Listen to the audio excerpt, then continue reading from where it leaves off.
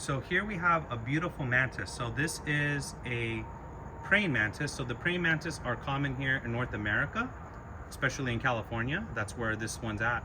But there are over 2,000 different types of species of mantis. So there is like the hooded leaf mantis, which looks like a leaf, the dead leaf mantis.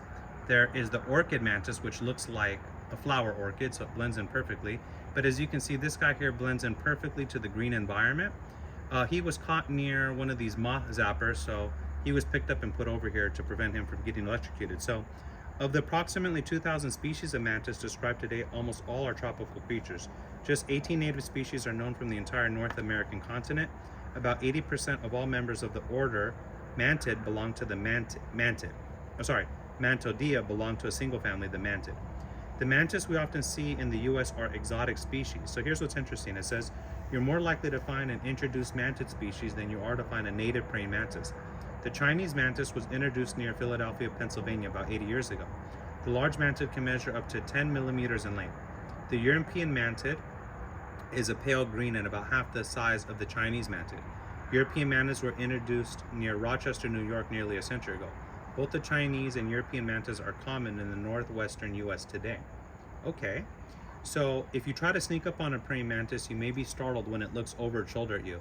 No other insect can do this. Praying mantids have a flexible joint between the head and prothorax that enables them to swivel their heads. This ability, along with their rather interesting facial features and long grasping forelegs, allows them to basically hunt or even see behind them in a sense, because they can turn their head 180 degrees. So mantids are, according to scientists, related to cockroaches and termites. Even though they're very different, I guess they're classified as related. So praying mantis overwinter, they lay their eggs. So it says the female mantises deposit their eggs on a twig or stem in the fall, and they protect them with a styrofoam-like substance she secretes from her body.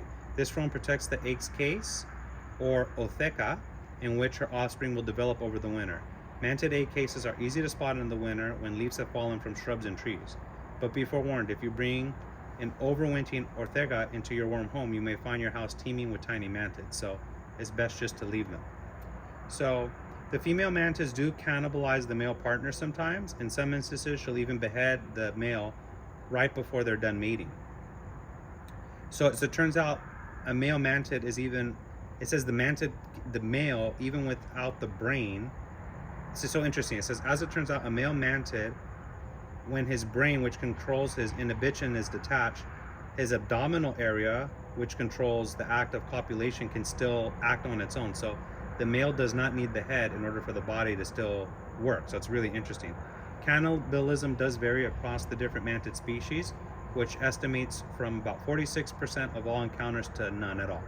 So it's about half. It occurs among praying mantises between 13 to 28% of natural encounters in the field. Okay, so I guess I don't know how common it is, but mantids obviously have the specialized forelegs to catch prey. They don't have any venom like a spider or a scorpion.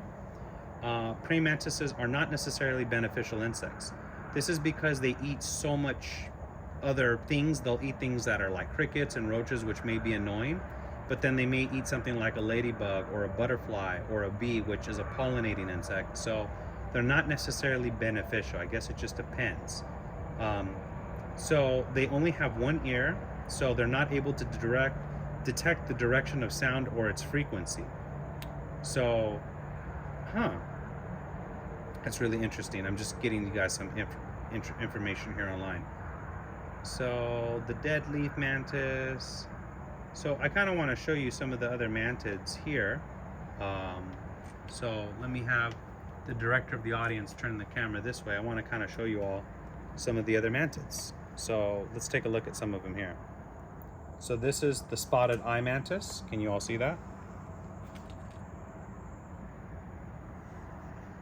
This is the ghost mantis. This is the giant Asian mantis. That's a weird looking one, isn't it? Looks like an alien.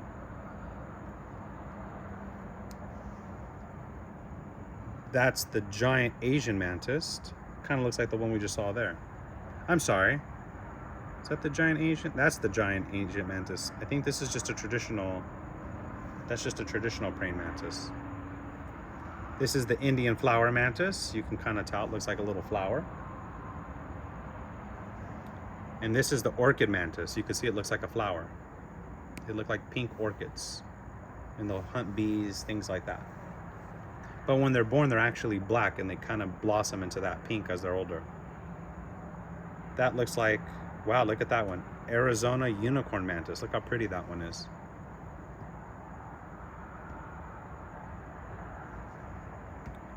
Wow, look at that one. I don't know what that is. That is, maybe that's the Arizona unicorn mantis. I'm not sure.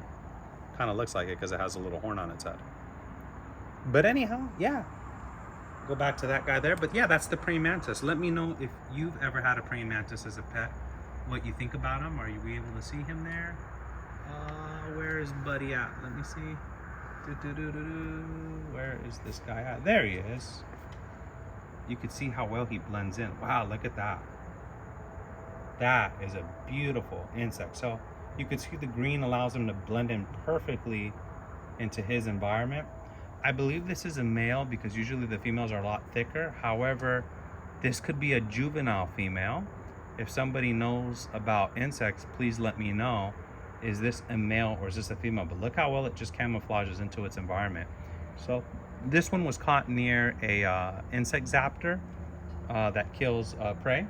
And the average lifespan in the wild is about a year, and they can range from 0.4 to 18 inches long. Wow, 18 inches. So that's a foot is 12 inches. So that's a foot and a half. Wow, 18 inches. When you think about that, that is really big. 18 inches.